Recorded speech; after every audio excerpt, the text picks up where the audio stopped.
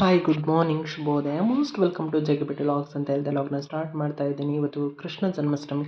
Happy Krishna Janmashtami ಹಾಗೂ independence day ಇರೋದ್ರಿಂದ wish happy independence day. ನಾವೆಲ್ಲರೂ ಗ್ರ್ಯಾಂಡಾಗಿ ಸೆಲೆಬ್ರೇಟ್ ಮಾಡುವ ಅಂತ ಹೇಳ್ತಾ ಇಲ್ಲಿ ನಾನು ರೆಡಿ ಆಗ್ತಾ ಇದ್ದೀನಿ. ಎಲ್ಲಿಗೆ ರೆಡಿ ಆಗ್ತಾ ಇದ್ದೀನಿ ಅಂದರೆ, ಇಲ್ಲೊಂದು ಹತ್ರದಲ್ಲಿ ಕೃಷ್ಣ ಟೆಂಪಲ್ ಇದೆ. ಸೊ ಕೃಷ್ಣ ಟೆಂಪಲ್ಗೆ ಹೋಗುವ ಅಂತ ನಾನು ರೆಡಿ ಆಗ್ತಾ ಇದ್ದೀನಿ. ಹಾಗೆ ಈ ಔಟ್ಫಿಟ್ ಹೇಗಿದೆ ಅಂತ ಹೇಳಿ, ನನ್ನ ಕನಸು ಈ ಥರ ಡ್ರೆಸ್ ಹಾಕ್ಕೋಬೇಕು ಅನ್ನೋದು. ಸೊ ಈಗ ನಾನು ಟೆಂಪಲ್ಗೆ ಹೋಗ್ತಾ ಇದ್ದೀನಿ. ಇಲ್ಲಿ ಅಂದರೆ ಅದು ಹತ್ರದಲ್ಲೇ ಇತ್ತು, ಹಾಗಾಗಿ ಟೆಂಪಲ್ಗೆ ಹೋಗ್ತಾ ಇದ್ದೀನಿ. ಕೃಷ್ಣನನ್ನು ನೋಡಿ ಬರುವ, ಹಾಗೆ ವಿಷ್ಣು ಸಹಸ್ರನಾಮ ಸ್ವಲ್ಪ ಮಾಡಿ ಬರುವ ಅಂತ. ಸೊ ಹಾಗಾಗಿ ಕೃಷ್ಣನ ದರ್ಶನವನ್ನು ಪಡ್ಕೊಂಡು ಇವತ್ತು ಟೆಂಪಲ್ ಓಪನ್ ಇರುತ್ತೋ ಇಲ್ವೋ ಅಂತ ಹೋಗ್ತಿದೆ. ಬಿಕಾಸ್ ಅದು ಎನಿ ಟೈಮ್ ಕ್ಲೋಸ್ ಆಗಿರುತ್ತೆ. ಇವತ್ತು ಓಪನ್ ಇರುತ್ತೆ ಅಂತ ಅಂದ್ಕೊಂಡಿದ್ದೆ, ಬಟ್ ಫಸ್ಟ್ ಸಲ ಹೋದಾಗ ಕ್ಲೋಸ್ ಆಗಿತ್ತು.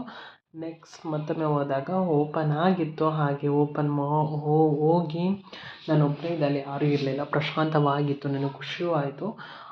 ನಾನು ಹೋಗಿ ಕೃಷ್ಣನ ಬೇಡ್ಕೊಂಡೆ, ಎಲ್ರಿಗೂ ಸುಖವಾಗಿ ಕೊಡು ಅಂದರೆ ಸುಖವಾಗಿರು, ಎಲ್ಲರನ್ನ ಚೆನ್ನಾಗಿಟ್ಟಿರು ಅಂತ ಬೇಡ್ಕೊಂಡೆ. ಅಂತೂ ನೋಡಿ ನೀವೇ ಕೃಷ್ಣ ಹೇಗಿದ್ದಾರೆ ಅಂತ ಕೊಳಲನ್ನು ಹಿಡ್ಕೊಂಡು ತುಂಬ ಸುಂದರವಾಗಿ ಕಾಣ್ತಾ ಇದ್ದರು, ಮದುಮಗನಂತೆ. ಅಲ್ಲಿಂದ ಬಂದ ತಕ್ಷಣ ನಾನು ನನ್ನ ಮನೆಯಲ್ಲಿರುವಂಥ ಮೀನ್ಸ್ ನನ್ನ ರೂಮಲ್ಲಿ ಪುಟ್ಟ ಕೃಷ್ಣನ ಮೂರ್ತಿ ಇದೆ. ಸೊ ಅದನ್ನು ಅಲಂಕಾರ ಮಾಡೋದು, ಅದಕ್ಕೆ ಪೂಜೆ ಮಾಡೋದು ತುಂಬ ಇಂಪಾರ್ಟೆಂಟ್ ಆಗಿತ್ತು. ಅದಕ್ಕೋಸ್ಕರ ನಾನು ಶಪಥ ಮಾಡ್ತಾ ಇದ್ದೀನಿ.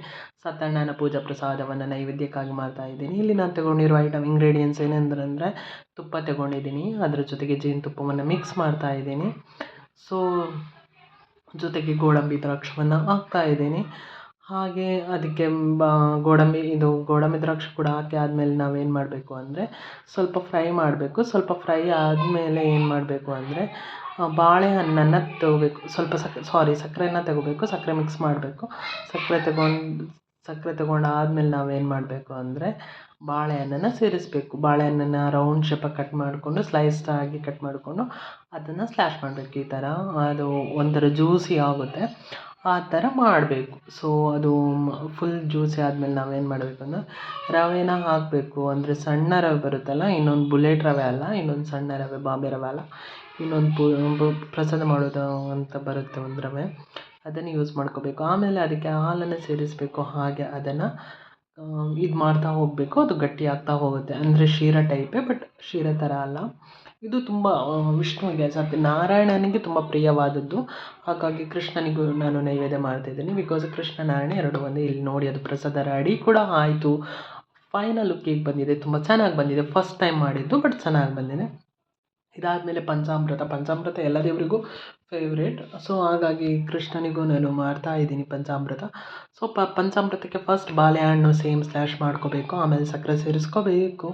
ಸಕ್ಕರೆ ಸೇರಿಸ್ಕೊಂಡಾದ್ಮೇಲೆ ಏನು ಮಾಡಬೇಕು ಅಂದರೆ ಸ್ವಲ್ಪ ತುಪ್ಪ ಸೇರಿಸಬೇಕಾಗುತ್ತೆ. ಅಂದರೆ ತುಪ್ಪ ಈಸ್ ಮೈನ್ ಇಂಗ್ರೀಡಿಯೆಂಟ್ಸ್ ಅಲ್ಲಿ ಇರೋದು.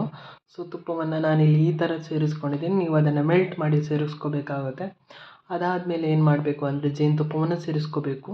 ಜೇನುತುಪ್ಪವನ್ನು ಸೇರಿಸ್ಕೊಂಡಾದ್ಮೇಲೆ ಏನು ಮಾಡಬೇಕು ಅಂದರೆ ಹಾಲನ್ನು ಸೇರಿಸಬೇಕು. ಫೈನಲಿ ಹಾಲನ್ನು ಸೇರಿಸಾದ್ಮೇಲೆ ಏನು ಮಾಡಬೇಕು ಅಂದರೆ ಸ್ವಲ್ಪ ಮಿಕ್ಸಪ್ ಮಾಡಬೇಕು. ಮಿಕ್ಸಪ್ ಮಾಡೋದಿದ್ದರೆ ಅದು ಸಕ್ಕರೆ ಎಲ್ಲ ಕರಗೋದಿಲ್ಲಲ್ಲ. ಸೊ ಚೆನ್ನಾಗಿ ಮಿಕ್ಸಪ್ ಮಾಡಬೇಕು. ಎಲ್ಲ ಮಿಕ್ಸಡ್ ಆಗಬೇಕು, ಜೇನುತುಪ್ಪ, ತುಪ್ಪ, ಹಾಲು ಎಲ್ಲ. ಆಮೇಲೆ ಫೈನಲಿ ಬಾಳೆಹಣ್ಣನ್ನು ಸ್ಲ್ಯಾಶ್ ಕಟ್ ಮಾಡಿಕೊಂಡು ಅದನ್ನು ಸೇರಿಸಬೇಕು. ಇಲ್ಲಿಗೆ ಪಂಚಾಮೃತನೂ ರೆಡಿ ಆಗೋಗುತ್ತೆ. ಇಲ್ಲಿಗೆ ನಾನು ಇವತ್ತು ಏನೇನು ಮಾಡಿಕೊಂಡೆ ಅಂತ ನಾನು ನಿಮ್ಗೆ ತೋರಿಸ್ತಾ ಇದ್ದೀನಿ. ಬಿಕಾಸ್ ಇದು ದೇವಸ್ಥಾನಕ್ಕೆ ಹೋಗಿ ಬಂದಮೇಲೆ ನಾನು ಈ ಥರ ಇದೆ. ಬಿಕಾಸ್ ವಾಸು ತೆಗೆಯೋದಕ್ಕೆ ಮರೆತೇ ಹೋಗಿತ್ತು. ಬಿಕಾಸ್ ಕೃಷ್ಣನನ್ನು ಬೇಗ ನಾನು ಶೃಂಗಾರ ಮಾಡಬೇಕಿತ್ತು, ಹಾಗೆ ಕೂರಿಸಬೇಕಿತ್ತು. ಫೈನಲಿ ನಮ್ಮ ಕೃಷ್ಣ ದೇವರಿಗೆ ನನ್ನ ನೈವೇದ್ಯವನ್ನು ಅರ್ಪಣೆ ಮಾಡಿದೆ. ನಾನು ಪ್ರೀತಿಯಿಂದ ಮಾಡಿದ್ದೆ.